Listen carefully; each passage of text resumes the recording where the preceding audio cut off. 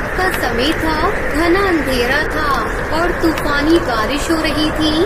चारों ओर सन्नाटा था, सिर्फ बिजली की कड़कने और बादलों की गरजने की आवाज ही आ रही थी। ऐसे डरावने माहौल में कालू अपनी पत्नी टुनटुनी के साथ बारिश से बचने के लिए एक पेड़ के नीचे खड़ा था। बाप रे, इतनी भयानक रात है, बारिश तो थमने का नाम ही नहीं ले रही। अब हम घर कैसे पहुँचेंगे? ये सब तुम्हारी वजह से हो रहा है टुनटुनी। मेरी वजह से? मैंने क्या किया? मैं तो कब से आपको बोल रही थी कालू जी चलिए, लेकिन आप अपने दोस्तों के साथ गप्पे लड़ाने में इतने बिजी हो गई कि आपको समय का कुछ अंदाजा ही नहीं था। हाँ तो तुम भी तो अपनी फ्रेंड्स के साथ सेल्फी खिंचवाने में लगी पड़ी थी। वो दोनों एक दूसरे के साथ बहस कर रहे थे, तभी टुनटुनी की नजर एक केक के घर पर पड़ती है। कालू जी वो देखो, वहाँ पर एक केक का घर दिखाई दे रहा है। बारिश रुकने तक हम उस घर में जा सकते हैं। नहीं, मैंने सुना है इस इलाके में एक केक का घर है जिसमें एक पागल भूतिया चिड़िया की आत्मा रहती है। क्या पता शायद ये वही घर हो। डरपोक कहीं के, ऐसा कुछ नहीं होता। मैं तो जा रही हूँ उस घर में, तुम्हें आना है तो आ जाओ, नहीं तो खड़े रहो यहीं पर। ये कहकर वो जाने लगती है, तभी कालू भी इसके पीछे जाता है और वो देखता है वहाँ बहुत ही सुंदर केक से बना घर था। वाओ, ये केक का घर तो बहुत सुंदर है कालू जी। मुझे अब भी लगता है कि हमें यहाँ से लौट जाना चाहिए। अगर वो पागल भूतिया चिड़िया की आत्मा यहाँ हुई तो हम क्या करेंगे? टुनटुनी कालू की बात नहीं सुनती और दरवाजे को धक्का देती है। दरवाजा खुल जाता है, वो दोनों अंदर जाते हैं। तभी कालू की नजर दीवार पर लगी घड़ी पर जाती है।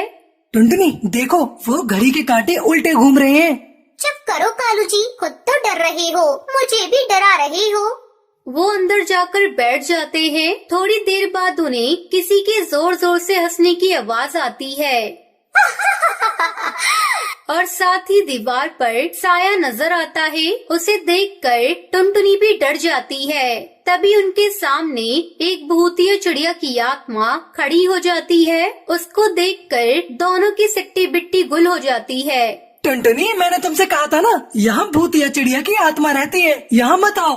दो पक्षी, आज बहुत दिनों के बाद ताजा खून पीने को मिलेगा। आज की पार्टी तुम दोनों की तरफ से। भूतिया चिड़िया की आत्मा, मैं तो बहुत बीमार रहता हूँ, तो आप पहले मेरी बीवी का खून पी लो, ये खूब हट्टी कट्टी है। अरे कालू जी, आप पागल हो गई हो क्या? आप ये क्या बोल रही हो? चुप हो जाओ, तुम्हारा पति सही बोल रहा है, मैं पहले तुम्हें ही खाऊंगी। तभी टुनटुनी चिड़िया उससे कहती है, हाँ मुझे ही खाओ, लेकिन तुम्हें बता दूं, मुझे एक बाबा ने वरदान दिया है, जिस दिन मेरी मौत हो जाएगी उस दिन मैं भूतों की रानी बन जाऊंगी और सब भूतिया चिड़िया की आत्मा को अपना गुलाम बनाऊंगी। खा लो मुझे, फिर तुम्हें मेरा ही गुलाम बनना है, तब देखो मैं तुम्हारा क्या हाल करती हूँ। ये सुनकर भूतिया चिड़िया की आत्मा टुनटुनी को छोड़कर कालू को मारने के लिए आगे बढ़ती है। तभी देखो, मेरे पास भी मत आना, मुझे भी उसी बाबा ने वरदान दिया था कि मेरी मौत के बाद मैं भूतिया चिड़िया की आत्मा का भाई बनूंगा। क्या आप मेरे भाई बनोगे? भैया मुझे माफ कर दो, इतने सालों से आप कहाँ थे भैया? मैं इस केक की बनी घर में अकेली रहती थी, अब मेरा भाई आ गया है, तुम भी मेरे साथ रहोगे ना भैया?